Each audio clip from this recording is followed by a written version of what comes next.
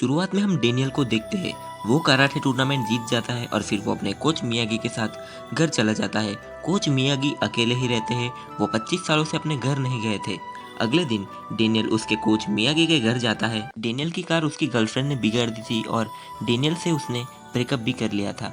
Miyagi Daniel की car ठीक कर देते हैं। मियागी अपने घर के पास एक गेस्ट रूम बना रहे थे।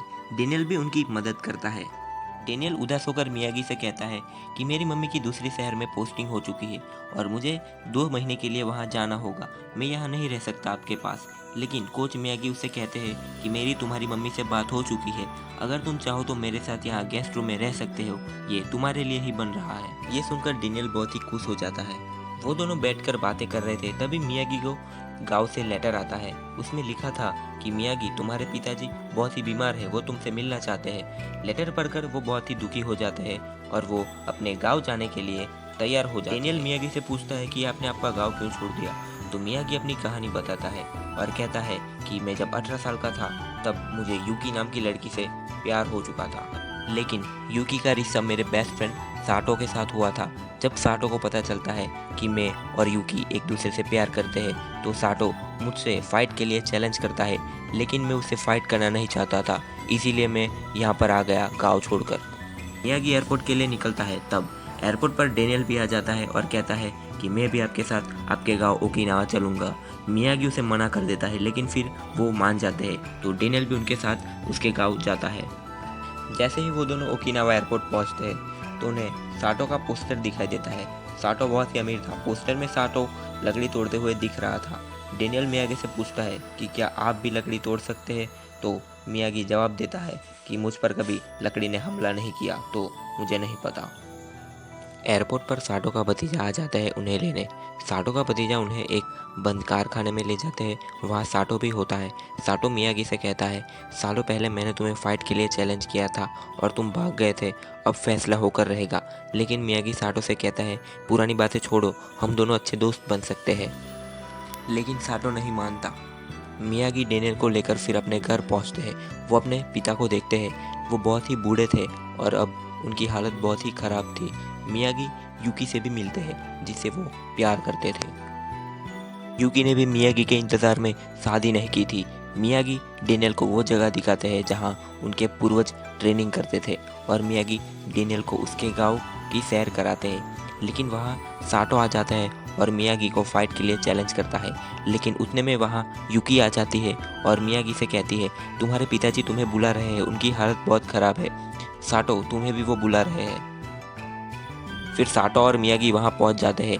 मियागी के पिता उन दोनों का हाथ पकड़ते हैं और वहीं गुजर जाते हैं। लेकिन अभी भी साटो मियागी से कहता है कि मैं तुम्हें 2 दिन की मोहलत देता हूँ, तुम अपने पिता के मरने का शोक मना लो, फिर हम दोनों फाइट करेंगे। डेनियल चलते चलते जा रहा था तो वो देखता है कि साटो का भतीजा नकली किलो के वजन से सब गाँव वालों को लूट रहा था सब्जियों में। तो वो सबको बता देता है और सब गाँव वाले अपनी सब्जी लेकर चले जाते हैं। तो साटो के भतीजे को बहुत ही गुस्सा आता है। मियागी और यूकी में फिर से प्यार बढ़ रहा था। डेनियल ने वहाँ एक कुमिको नाम की लड़की से दोस्ती कर ली थी। वो दोनों वहाँ अपना टाइम स्पेंड कर रहे थे। लेकिन वहाँ पर साटो का भतीजा आ जाता है डेनियल से बदला लेने। डेनियल को मारता है वो और वहाँ से चला जाता है।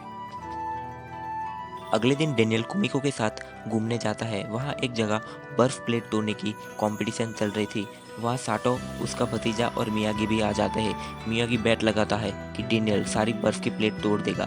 साटो भी बैट लगाता है कि वो नहीं तोड़ पाएगा। लेकिन मियागी डेनियल से कहता है कि तुम ध्यान दो और डेनियल सारी प्लेट तोड़ देता है और डेनियल सारे पैसे जीत जाता है। मियागी कहता है कि ये पैसे तुम अपनी पढ़ाई में खर्च करना और बाकी पैसे से हम चाइनीज़ फूड खाएंगे। मियागी साटो के घर भी जाता है कहने कि साटो, पुरानी दुश्मनी छोड़ दो, हम अच्छे दोस्त बन सकते हैं, हमें फाइट नहीं करनी। लेकिन साटो नहीं मानता। तो मियागी डेनियल से कहता है कि मैं साटो से फाइट करूंगा, अगर मैं मर गया तो वहाँ की सारी प्रॉपर्टी तुम्हारी होगी और यहाँ की सारी प्रॉपर्टी यूकी की होगी। तो डेनियल कहता है कि ऐसा कुछ नहीं होगा, मुझे सिर्फ आप चाहिए मियागी। लेकिन उस रात को बहुत ही भयंकर तूफान आता है। सारे गांव वाले अपनी जान बचाकर भाग रहे थे। मियागी और डेनियल देखते हैं कि साटो एक बड़े से लकड़े के नीचे फंस चुका है और उसके भतीजे ने भी उसकी मदद नहीं की। तो डेनियल और मियागी साटो की मदद करने पहुंच जाता है। वो लकड़ी बहुत ही भारी थी, लेकिन डेनियल अपनी ताकत से वो लकड़ी अपने हाथ से ही तोड़ देता है और साटो की जान बचा लेता है। साटो अब मियागी से अपना फाइट चैलेंज वापस ले लेता है क्योंकि उसने उसकी जान बचाई और उससे माफ़ी भी मांगता है। और साटो सारे गांव वालों की ज़मीन भी वापस दे देता है।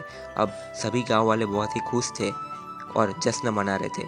लेकिन ये सब देखकर साटो के भतीजे को बहुत ही गुस्सा आया, तो वो कुनिको के गर्दन के ऊपर चाकू रख देता है और डेनियल को फाइट करने के लिए कहता है। डेनियल उससे फाइट करता है, लेकिन डेनियल उससे बहुत ही छोटा था। लेकिन डेनियल हार नहीं मानता और आखिरी दम तक लड़ता है और साटो के भतीजे को हरा देता है और डेनियल जीत जाता है और कुनिको को भी बचा लेता है।